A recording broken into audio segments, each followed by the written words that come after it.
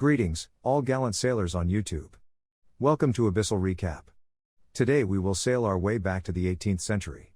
To witness a sci-fi thriller hunting onslaught where native Comanches had to fight against the toughest rival they had ever met. Spoiler alert, buckle up and take care.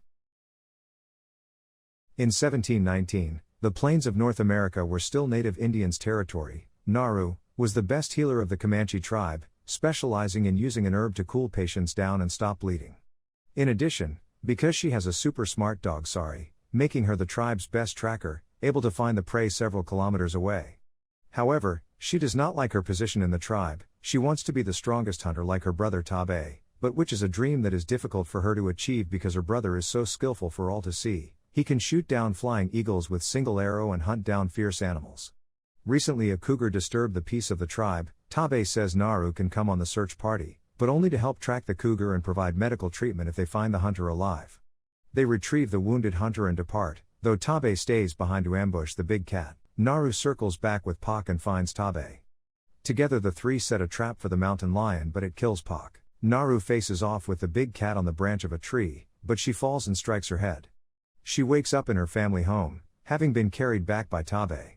He later returns to the village carrying the dead cougar, earning him the title of war chief. The whole tribe cheer and dance wildly, but only Naru was not happy. For one thing, she is jealous of her brother, and secondly, she fears that the tribe is facing a bigger threat hundreds of times more horrible than the cougar. She had witnessed the lights of an alien predator spacecraft, although she had no idea what it is. Predators are a highly developed but rude and savage alien civilization. The purpose of the predator in this film was simply dueling with the strongest creatures on Earth. After the first landing of his ship, he saw the snake eating rats, deduced that the snake is strong, and killed it. As for taking its head off, this is the tradition of the predators. From this day onwards, predator looked for stronger enemies in the plain. According to the recent abnormal signs on the plain, Naru seems to have sensed a threat to the tribe at this time, and she has been practicing her new technique of rope-tied tomahawk. One day she was wandering in the wilder when she accidentally got stuck in a swamp. She tried to call out to the dog for help, but didn't know where the dog had gone. So she threw her tomahawk to get it stuck on objects and pulled herself back to the ground through the rope. As a tribute to the original Predator movie, here's a special mention that we could see Naru was covered in mud, just like Arnold Schwarzenegger in Predator 1987. Later, she found a bear in her subsequent hunt. She had been trying to hunt a fierce prey to prove that she was no worse at hunting than her brother Tabe. Unfortunately, her archery was poorly performed and the arrow were not successfully launched. The bear was immediately alerted and subconsciously chased her way. Luckily, her dog Sari rushed out to lure the bear.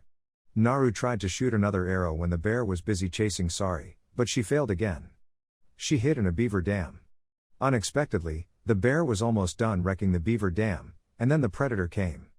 He saw the bear hunting Naru and deduced that the bear was strong. After a fierce battle, the predator kills the bear and raises his body above his head, swearing victory. The bear drenched him in blood before Naru could see his shape. She fled, and the predator watched her go, but did not attack, because he felt Naru was a weak and unaggressive creature. Naru continues to run and encounters some men from the tribe, describing to them the terror of the predator, but they don't believe her. During that, there is another slaughtering sound not far away, and a tribe member suddenly has 3 red dots on his chest. The next second he is hit by an arrow. Seeing this scene, she continued her escape. She stumbled upon another male hunter in a patch of tall grass who tried to sneak up on the predator by hiding with his stealth hunting experience, unaware that his presence was particularly clear through the thermal detector from the predator's goggle. Although he reacted and tried to run, he was still blasted into pieces. Naru accidentally stepped on a hunter trap, and predator stealthily came after her to see the wound at her and once again judged her as a non-threatening target. Another group of men came at the sound and captured Naru. They were a group of colonial poachers who hunt and tan animal furs for money. They also capture Indians as slaves. One of the hunters said they also knew that the predator was nearby, and also knew that the predator had almost killed all the men of the tribe, and wanted Naru to help fight the predator. Naru did not agree, and they pulled out a tribal captive, who was none other than her brother, Tabe.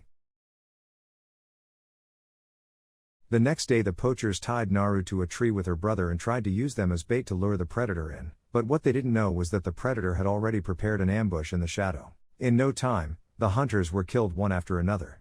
Even though the predator stepped on the trap, but still counter-killed all of their reinforcements. Naru and her brother, being captives, were still judged by the predator as no threat. They took advantage of the chaotic fight and break free of their bindings. Tabe decided to go find a horse to fight, and Naru decided to return to the poacher's camp to rescue her dog. The hunters returned to the camp, but Naru wiped out the entire camp of poachers by herself.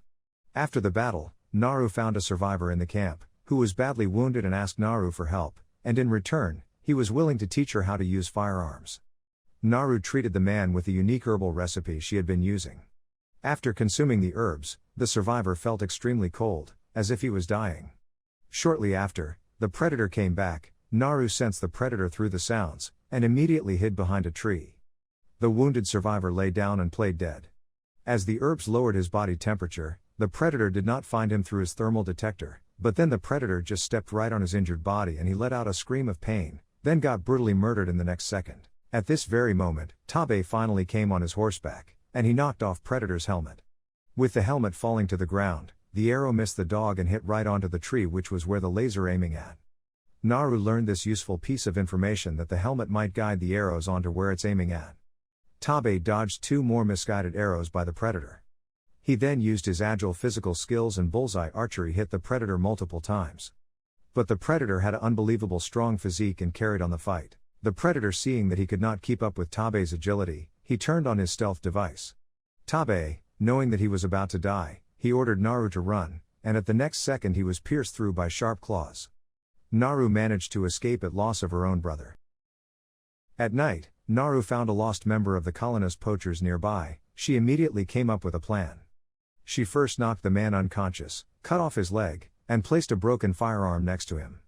The man woke up feeling panic and wanted to shoot with the gun, but unfortunately the gun did not work.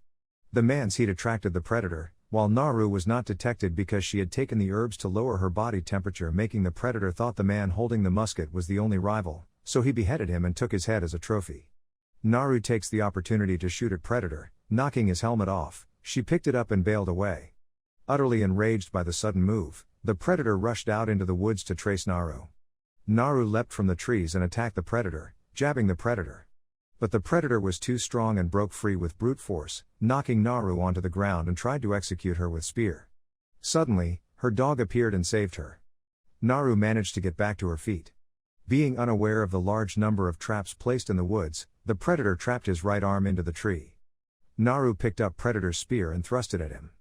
He tried to use his shield to parry the thrust but ended up cutting off his own arm. The furious predator bashed her away and prepared to decapitate Naru with his sharp shield. Naru signaled her dog Sari. They worked together perfectly, tying the predator with the grappling tomahawk and dragging him into the swamp. The predator was unable to break free, so he aimed his crossbow at Naru, who had anticipated this and had placed Predator's helmet in advance. The laser was projected right at his own position, and the arrow was fired and landed on his own skull. Naru managed to revenge for her brother and her murdered friends. For Naru, it was an impeccable hunt.